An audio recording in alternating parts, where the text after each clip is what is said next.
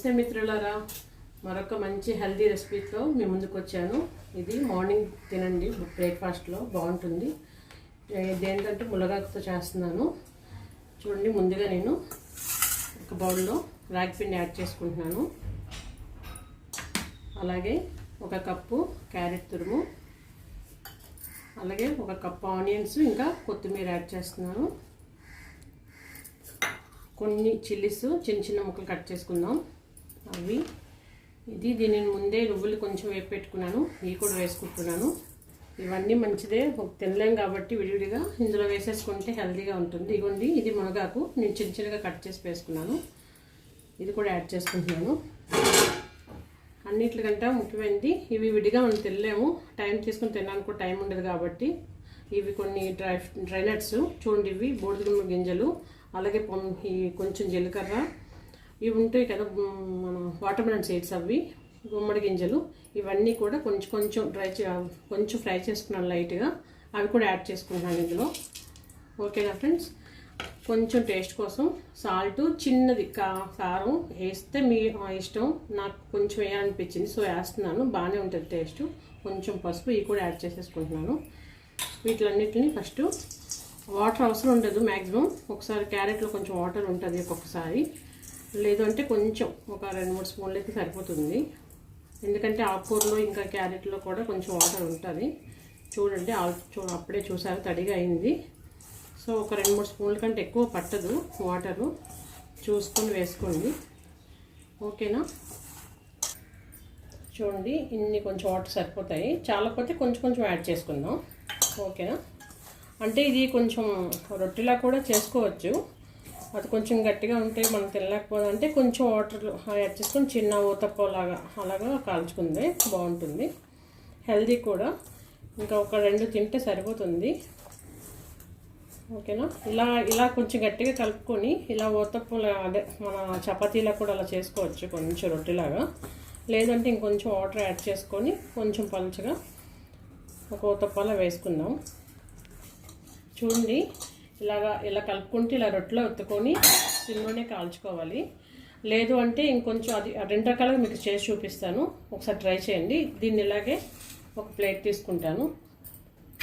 ఇలాగా ఒక ప్లేట్లో కొంచెం నెయ్యిలా అప్లై చేసుకొని ఒక ముద్ద తీసుకొని ఇలా రొట్టెలా కొట్టేసుకుందాము.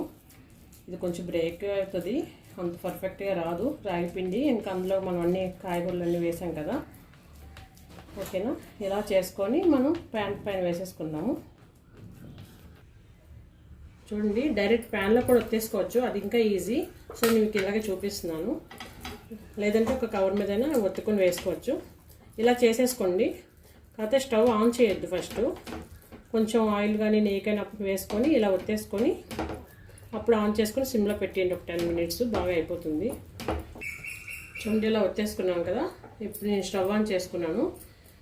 కొంచెం మీడియం ఫ్లేమ్లో పెట్టి ఒక 2-3 మినిట్స్ ఒకవైపు కాలనిద్దాము. మళ్ళీ టర్న్ చేసుకొని ఒక 2-3 మినిట్స్ అంతే అయిపోతుంది.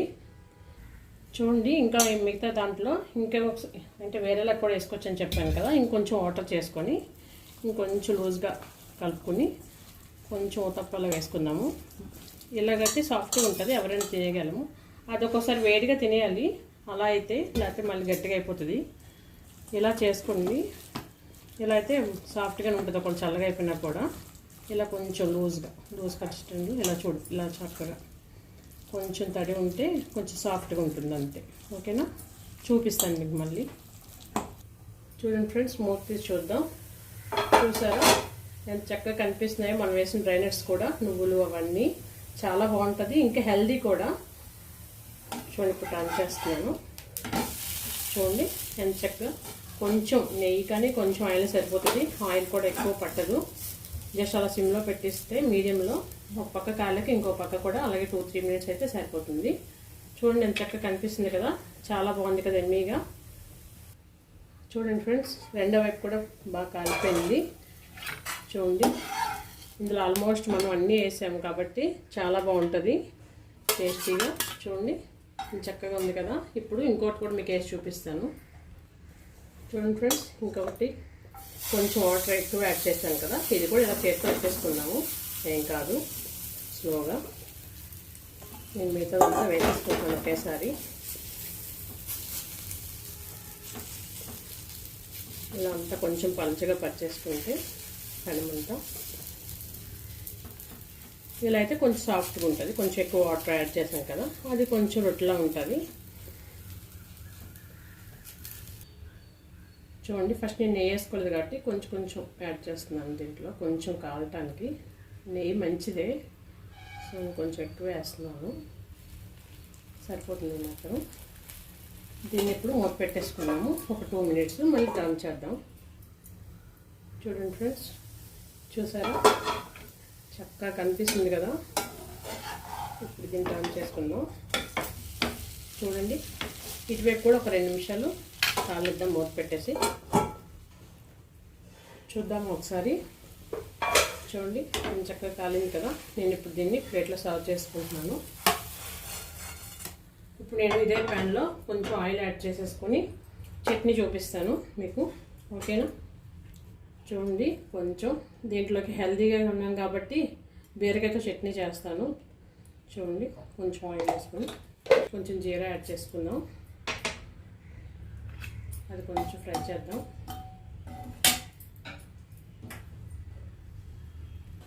చూడండి, కొంచెం జీలకర్ర వేగింది కదా.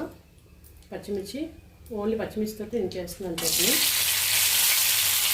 అలాగే బీరకాయ ముక్కలు కూడా వేసేస్తున్నాను. ఈ రెండు కొంచెం మగ్గించేస్తా, ఒక 5 నిమిషాలు మగ్గిపోతే సరిపోతుంది.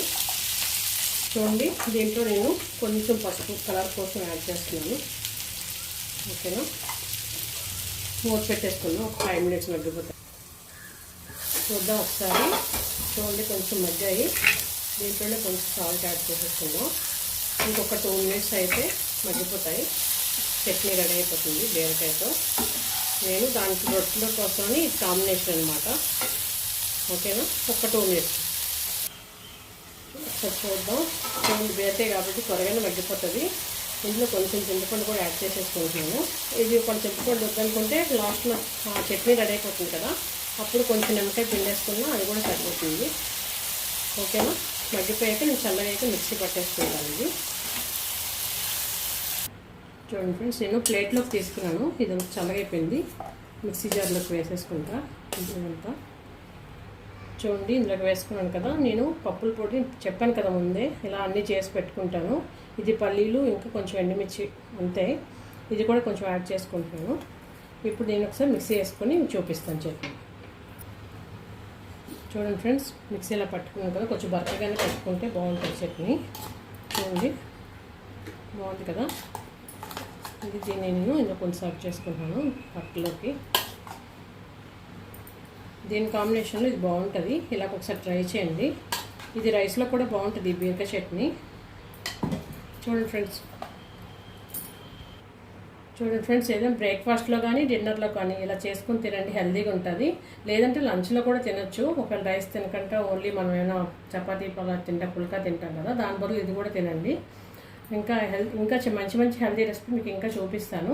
నా ఛానల్ కానీ మీకు నచ్చినట్లయితే సబ్స్క్రైబ్ చేయండి, షేర్ చేయండి, ఇంకా లైక్ చేయండి ఫ్రెండ్స్. నమస్తే ఆల్.